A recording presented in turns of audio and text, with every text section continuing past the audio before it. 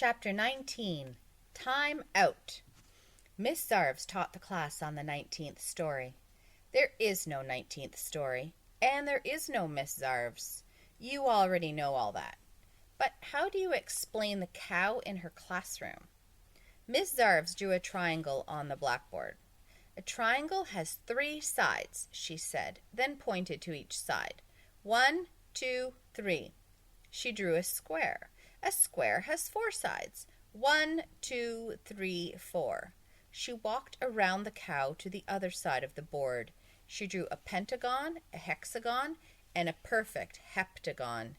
A heptagon has 7 sides, she said. Miss Zarves was very good at drawing shapes. When most people try to draw heptagons, there is always one side that sticks out funny. But Miss Zarves' heptagon was perfect. Every side was the same length, and every angle the same degree. It was a great talent, but nobody appreciated her. Nobody appreciated anything she did. It was like they didn't even know she was there. She counted the sides on the heptagon. 1, 2, 3, 4. "Moo!" said the cow. Miss Zarves dropped her chalk. She glared at the cow. "I don't like this," she shouted. It was a brown cow with a white head. "It's all right, Miss Zarves," said Virginia, her best student. "I'll get the chalk for you." "No," said Miss Zarves. "Leave it where it is. The cow made me drop the chalk. The cow should pick it up." The children gaped at her.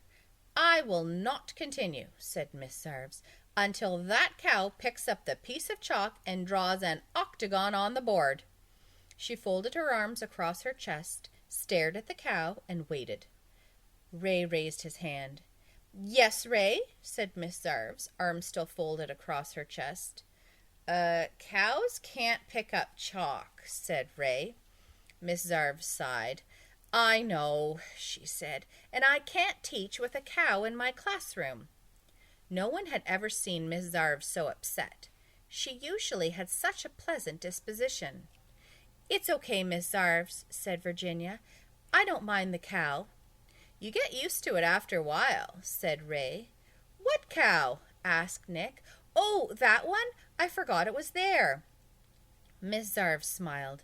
She knew her students were trying to make her feel better. "Other classrooms have goldfish or hamsters," said Virginia. "It's really no different." "No," said Miss Zarves. "I won't have it. All my life I've tried to be accommodating. I've never been one to complain. And what has it gotten me? A cow!" She shook her head. "When I was a little girl, my friends never did what I wanted to do," she said. "I always had to do what they wanted to do. And my teacher never called on me in class. She always called on the kids who just shouted out without raising their hands, even though she said she wouldn't.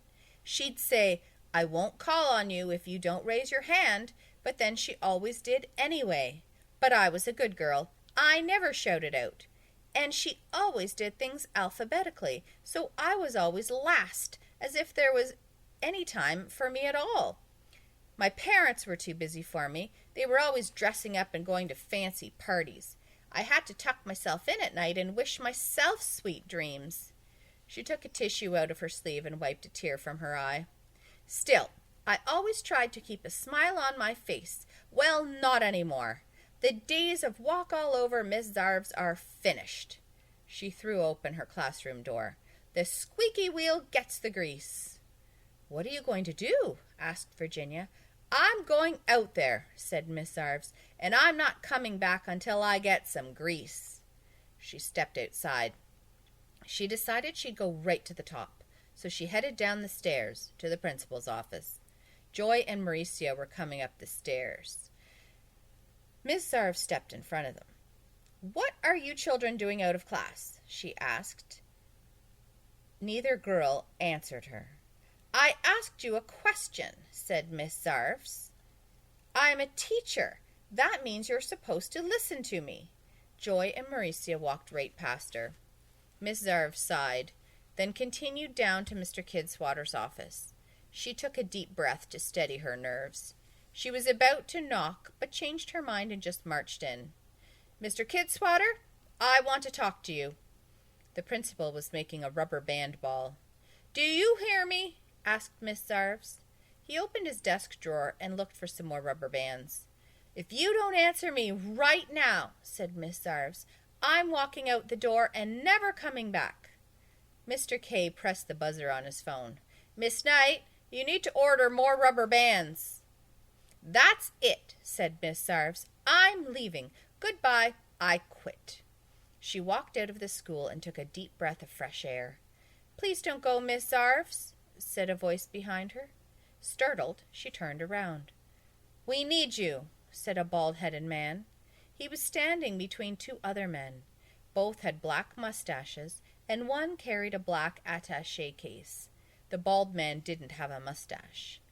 "Can you see me?" she asked. "Yes, of course," said the bald man, "and we appreciate all your hard work." "You do?" All three nodded very sincerely.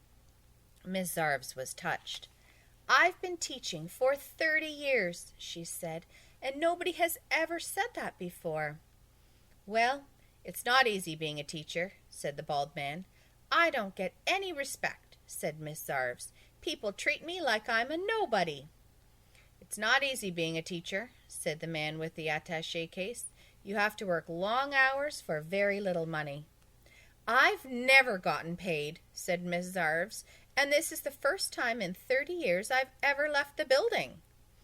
"It's not easy being a teacher," agreed the other man with the mustache. "Even the book I'm reading to my class," said Miss Zarves, "the author makes fun of teachers." "It's a tragedy," said the bald man. "Then why do it?" asked Miss Zarves. "Why teach any more? I could quit and nobody would care." "The children need you," all three men said together. Miss Zarves sighed. "I like to teach," she said. "I really do. I love the children. It's just—" She stopped and wiped her eyes. The man with the attaché case opened it. He took out a handkerchief and handed it to Miss Zarves. "Thank you," she said, blew her nose, then gave it back to him. He placed it back in his attaché case. "Can you at least get the cow out of my classroom?" she asked.